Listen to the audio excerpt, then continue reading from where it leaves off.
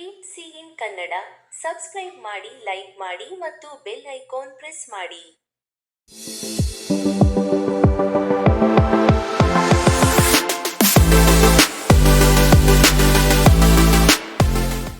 ಒಂದು ಸುಂದರವಾದ ಕಾಡು ಇತ್ತು.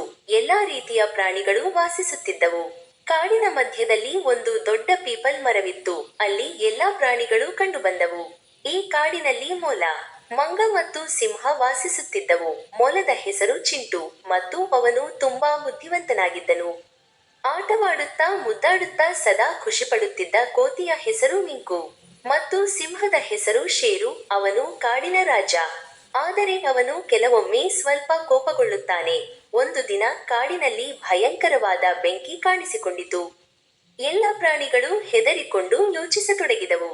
ಎಲ್ಲರೂ ಒಟ್ಟಿಗೆ ಸೇರಿ ಓಡಿ ಹೋದರೆ ಬಹುಶಃ ಬಚಾವಾಗಬಹುದು ಎಂದು ಚಿಂಟು ಹೇಳಿದನು.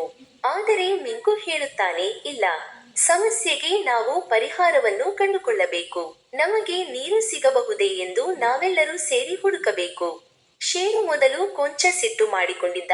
ಈಗ ಇಬ್ಬರ ಮಾತು ಕೇಳಿ, ನೀನು ಹೇಳಿದ್ದು ಸರಿ ಮಿಂಕು. ಎಲ್ಲರೂ ಸೇರಿ ನೀರು ತರೋಣ.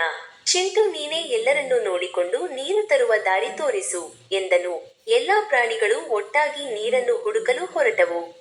ಅಲ್ಲಿ ಸ್ವಲ್ಪ ದೂರದಲ್ಲಿ ಒಂದು ನದಿ ಇತ್ತು. ಮಿಂಕು ಹಾಗೂ ಸಹಪಾಠಿಗಳು ನೀರನ್ನು ತರಲು ಎಲೆಗಳನ್ನು ಬಳಸಿದವು. ಮತ್ತು ಚಿಂಟು ತನ್ನ ವೇಗದ ಓಟದಿಂದ ಎಲ್ಲರಿಗೂ ದಾರಿ ತೋರಿಸಿತು. ಶೇರು ಎಲ್ಲರಿಗೂ ಧೈರ್ಯ ತುಂಬಿ ಸಮಸ್ಯೆಯ ಬಗ್ಗೆ ಚಿಂತಿಸಬೇಡಿ ಎಂದು ಸಲಹೆ ನೀಡಿದನು. ಕ್ರಮೇಣ ಎಲ್ಲರೂ ಸೇರಿ ನೀರು ತಂದು ಬೆಂಕಿ ನಂದಿಸಲು ಸಹಕರಿಸಿದರು. ಕಾಡಿನ ಪ್ರಾಣಿಗಳೆಲ್ಲ ಸೇರಿ ಬೆಂಕಿಯನ್ನು ನಂದಿಸಿದವು. ಕೊನೆಗೆ ಎಲ್ಲಾ ಪ್ರಾಣಿಗಳು ಖುಷಿಯಾದವು. ಇಂದು ಪರಸ್ಪರ ಸಹಾಯ ಮಾಡುವ ಮೂಲಕ ಒಗ್ಗಟ್ಟಿನಲ್ಲಿ ಶಕ್ತಿ ಇದೆ ಎಂಬುದನ್ನು ತೋರಿಸಿಕೊಟ್ಟಿದ್ದೇವೆ ಎಂದು ಶೇರು ಹೇಳಿದರು. ಸ್ನೇಹ ಮತ್ತು ಒಟ್ಟಿಗೆ ಕೆಲಸ ಮಾಡುವುದು ಎಷ್ಟು ಮುಖ್ಯ ಎಂದು ಚಿಂಟು ಮತ್ತು ಮಿಂಕು ಕೂಡ ಅರ್ಥ ಮಾಡಿಕೊಂಡರು.